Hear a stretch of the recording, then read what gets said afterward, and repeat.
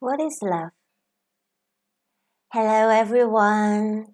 Thank you for joining me in my What is Love project. 30 days exploring what is not, and whatever is love. Day 23. Patience. Are you patient? Do you have all the patience that you need for yourself?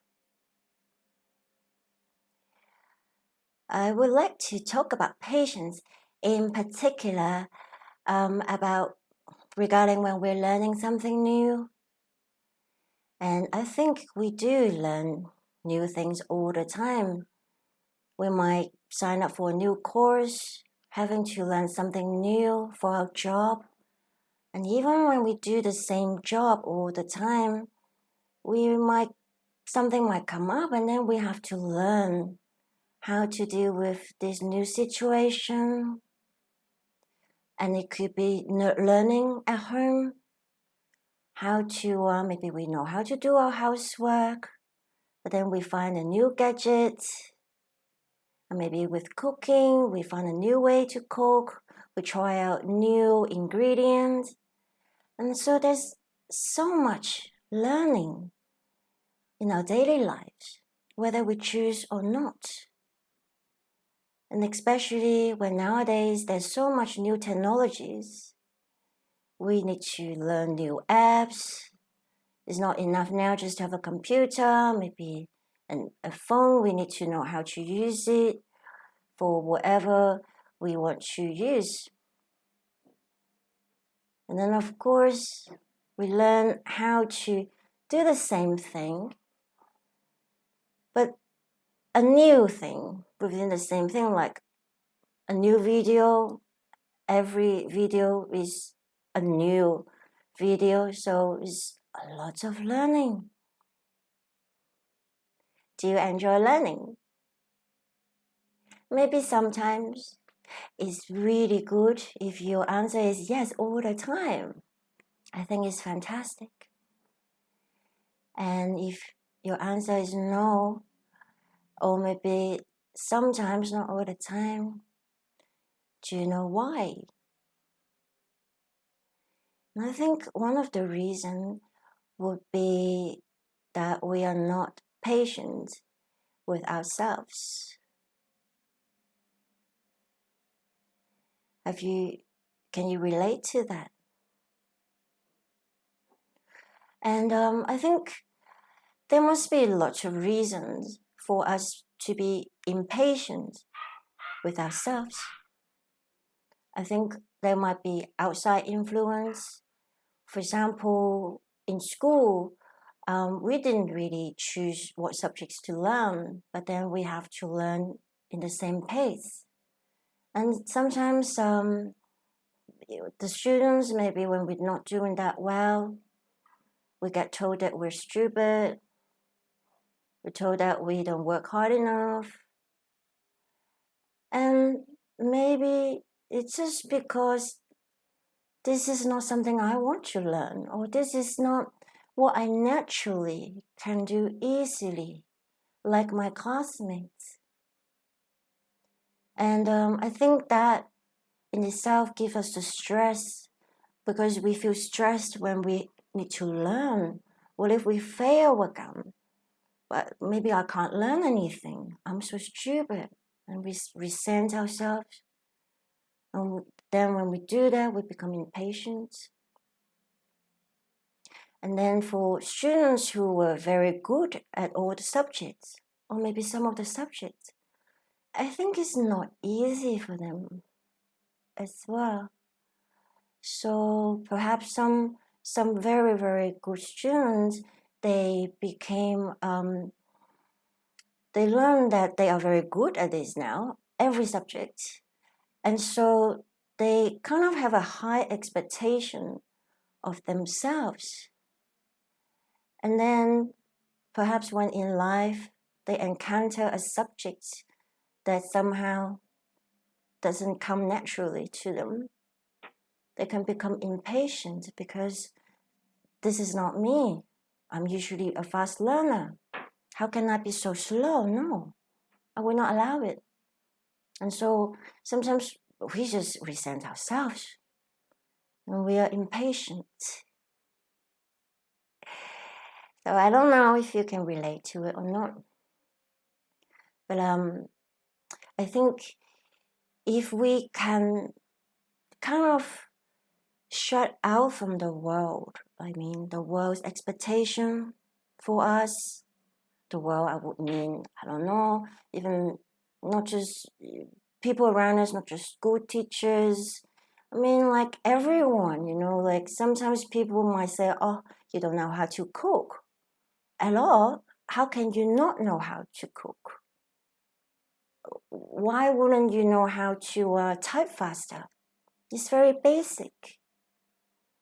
Why don't you know this? I don't know. I never learned it. It's new.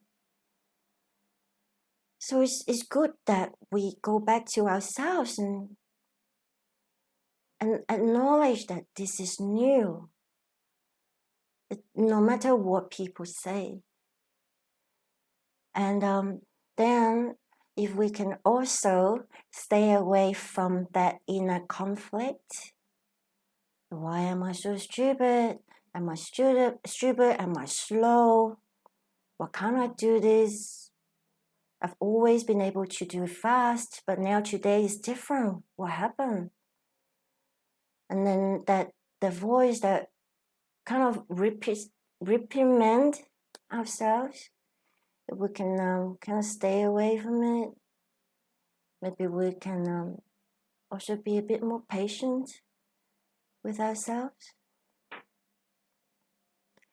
Maybe. And so I thought I can show everyone now a simple technique. This technique is from Educational Kinesiology. It's one movement, but it has two parts. We have many use for this one simple movement. Like that is two parts. But right now, I was just explaining it very simply. Like for now, it's kind of like when we do these two steps, that is called hook up. It's like we kind of hook up within ourselves and no longer with those comments from the outside world. And then, so it's like kind of give us that peace and quiet to figure it out, to just, according to my own pace. Like what is natural for me, my natural pace. And then the second step, we will connect with earth or ground of the floor. And while allowing our brains to work together. You see, we have two sides of our brains, left and right, and they have different function. And we are, even though some sort of skills require one side more than the other, we kind of at our best when two sides go together. Like they're in harmony. And whenever we are stressed, for example, when we resent ourselves, when we become impatient, the brains sort of not working together, they're not in harmony. And often it goes to the stem brain, which is the instinct center for fight or flight response. And when we're learning something, we can only fight with ourselves, or I fight with the teacher. And, it's not the best. And we can't really run away, but maybe we can. We might not want to learn this. We might start hiding. And sometimes people call people lazy. And I don't understand the word lazy.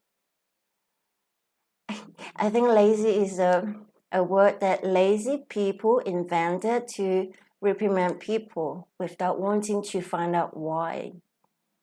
I think when a person seems to be lazy, it's because they're unmotivated. Maybe because they're frustrated with themselves, frustrated with lives. They no longer want to learn anything. They're running away. And so we don't want that. So the movement. Okay. Let's do it together so you get to have a feel of it. So the first one, I'm going to do it quite short, like maybe 30 seconds for each step. And when you do it by yourself, you can do short one, you can do long one.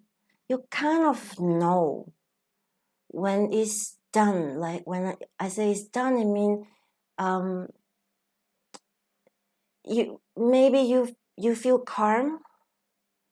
Maybe you would have a renewed sense of joy regarding this learning or whatever situation you're encountering.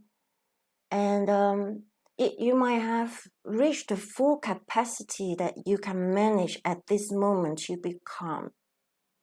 So there's no guarantee that you will be the calmest person in the whole world after the movement. It depends where you are right now. But there is always an improvement. So notice how you feel right now. And then first, there are 3 things we're doing for each simple movement. The first thing now, your feet. Please cross at the ankle, like if these are my feet. You cross at the ankle. It does not matter which side over which. So just get comfortable. Maybe you're sitting down and then you just cross at the ankle. And then the hands, you kind of, the arms, you go straight.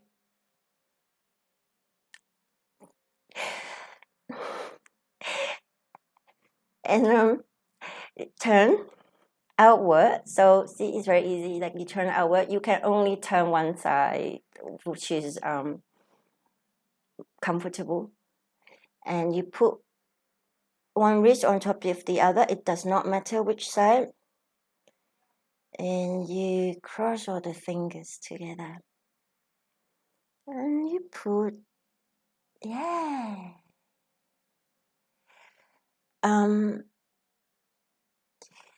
I've seen people who told me they're very inflexible and they can do this.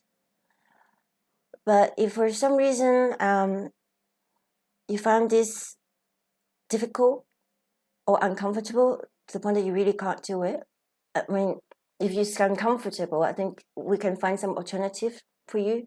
So please put in the comment box if whatever reason that you can't do this, and we will think about the alternative for you together. So the last one is the tongue. So put the tip of your tongue touching the top part of your mouth, like okay. And then now we sit like this for a little while. So the ankle crossing or the fingers and like this twisting together, and the tongue touching the top part of the mouth.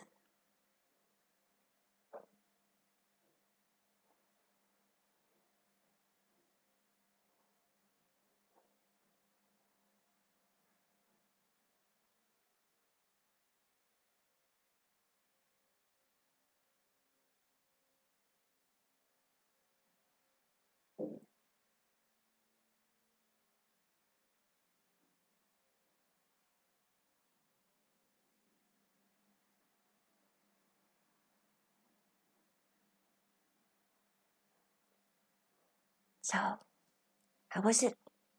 Let's uncross everything, and we will do the second part. The feet now will be flat on the floor. Doesn't matter whether you're wearing shoes or not. And then all the fingertips touching and be comfortable. And then again, the tip of the tongue touching the top part of the mouth. Okay? And we sit like this. I forgot to say, it's okay to close eyes or open eyes. It's totally up to you for the moment. If you want to open your eyes, it's okay. I let you close ones.